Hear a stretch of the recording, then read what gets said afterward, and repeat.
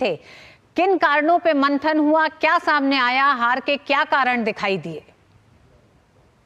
देखिए, सबसे पहली बात मैं ये बताऊं कि इस बैठक का औचित्य तभी है कि जब अगर हम एक तरफ ईवीएम के ऊपर ठीकरा फोड़ रहे हैं तो इसके साथ ही हमें घोषणा करनी चाहिए कि कांग्रेस पार्टी महाराष्ट्र के चुनावों में जी आपके पास आती हूँ। कौशिक जी की आवाज आ गई है। जी विजय जी बताएं।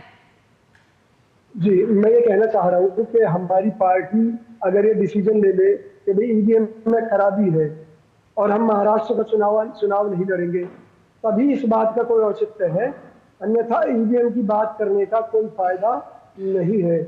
दूसरी बात, हम हारे क्यों, इसके कई कारण थे। पहला कारण था अलायंस। जम्मू कश्मीर में हमने नेशनल कॉन्फ्रेंस के साथ अलायंस किया और नेशनल कॉन्फ्रेंस के जो घोषणा पत्र में बात की हुई थी कि 370 और 35A को बहाल करेंगे, उसका ठीकरा हरियाणा में हमारे सिर पर टूटा, उसका नुकसान हरियाणा में हुआ। मामन खान को दोबारा टिकट देना कांग्रेस के लिए आत्मघाती कदम रहा। इसके अलावा हमारे बहुत से कैंडिडेटों के जो बड़बोले वाले बयान थे, किसी ने कहा कि 50 लोगों पर एक नौकरी दूंगा, किसी ने कहा कि उसको 50 लोगों पर एक नौकरी मिलेगी, मैं उससे डबल लेकर दूंगा हुड्डा जी से। यहाँ तक कि कुछ कैंडिडेटों के बारे में यहाँ तक सामने आया है कि वो पहले से ही लोगों को धमकाने लगे कि भाई देख लो सरकार हमारी बनने जा रही है।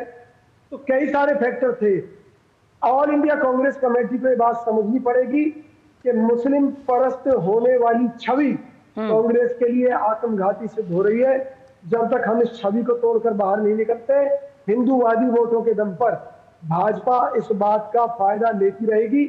भाजपा कूटनीति और रणनीति में हमसे कहीं आगे रही है।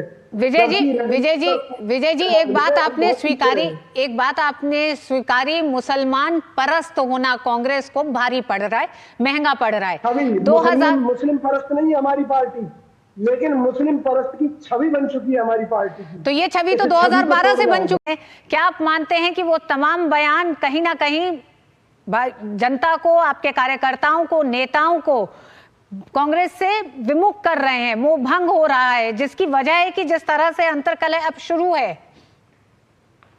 देखिए, सच्चाई यह है कि राहुल गांधी जी के सलाहकारों द्वारा उन्हें गुमराह किया जा रहा है।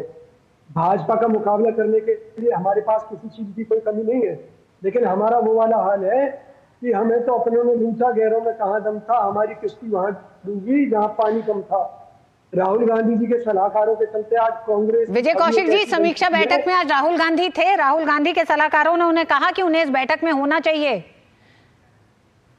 देखिए, हरियाणा का चुनाव हारना, जिस चुनाव को जीता हुआ कांग्रेस बता रही थी, उसे हारने के बाद कार्यकर्ताओं के मनोबल को बढ़ाने के लिए क्या राहुल गांधी आज समीक्षा बैठक में मौजूद थे?